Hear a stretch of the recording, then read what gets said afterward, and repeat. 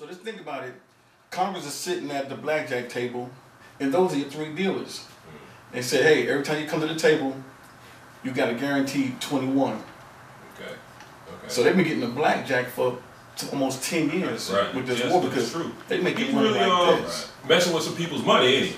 You know, they don't like that. Right. They want a blackjack from a Democratic president.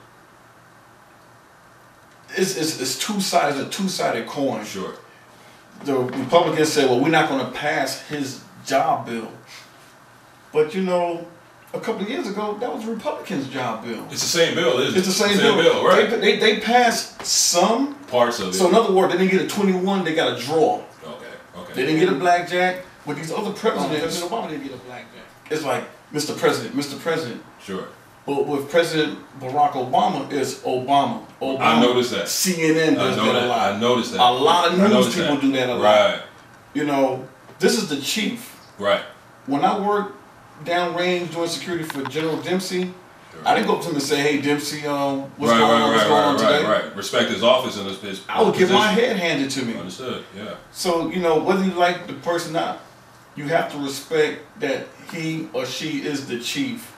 And there's no bottom line. You go to your job and say something like that, you done got fired or suspended, and then they so blatant at doing it. Oh, yeah. We're not going to pass his job bill. He win. Yeah, I've heard that.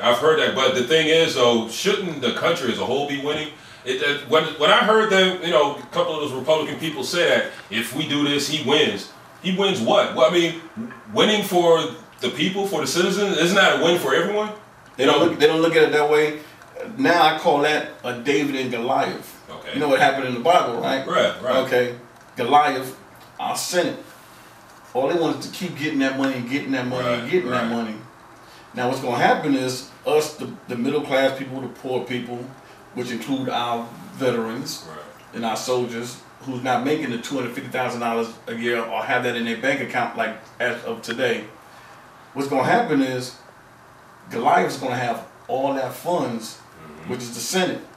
Now, when it's time for people to purchase and they can't afford it, guess what? Goliath's going to have to bow back down to David. If not, you might as well say we're getting ready to become a third world country. But President Obama, a.k.a. Obama, a.k.a. the boy, because that's what they're really thinking, the boy. He's trying to stop that. He's trying to say, hey, hold up, the middle class, they paying their taxes, but for the super rich, what's the problem? Y'all have millions, y'all have billions. It's not even it's not even going to hurt you guys. Exactly. Like when Warren Buffett, he comes in there, he's begging them, hey, tax me. Right. You know, I have a lot of, you know, I'm glad you brought Warren Buffett up. I have a lot of respect for that man, you know. He owns the rails. Yeah, his business acumen and the whole thing, but I like the fact that he said, hey, listen, I can't possibly make any more money that, you know, he realized he can't spend it all. Yeah. And he's basically saying, sure, if you want to put me in a higher tax bracket, he said he does not have a problem with it. No. I think I've heard Bill Gates allude to the same thing as well. Now, these are real fundamental, you know, money-making guys, you know, really operating capitalism. But they're saying, hey, if we need to level the playing field as far as the tax, let's do it. What's wrong with it? Right. So what's wrong with everybody eating? Why you got to eat a steak and everybody else got to eat hot dogs? Why we can't eat a steak together or you know a salad together? Why you want to be so uppity? See, I remember but make it mandatory for them to at 0800. We're going to hold a meeting.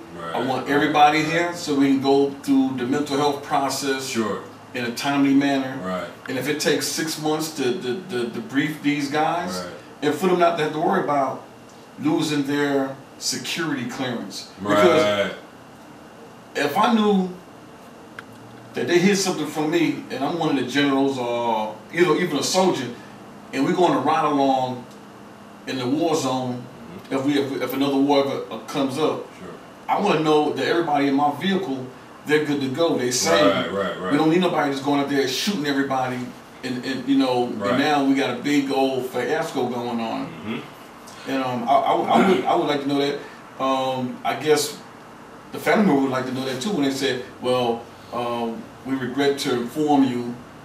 Okay, what happened? Right. Yeah, Don't give them like a la carte bits and pieces and make them pay for know a extra piece here and extra piece here on finding out what's going on. Right. Full disclosure. Yeah. Be straightforward. And I know that when my husband was overseas and deployed to Afghanistan, when he was coming back, something that would have helped me as a caregiver or as a military spouse at that time would have been, okay, a briefing on the type of behaviors to possibly expect that I could know or I'd be able to identify some mental things that were issues. It just so happened they have these books. You know, I got a book, When the War Comes Home, that I got after he came back that helps to identify. Even if they have books like that to also help a wife to identify and to learn how to cope. You need it before he comes home. Oh, before he comes home. Before he comes Not home. after it happens. And then I'm like, what's going on? And that's why the statistics are so high for women, you know, not staying with their husbands. They don't know what happened. All they know is their husband's different. You know? So they need that education too.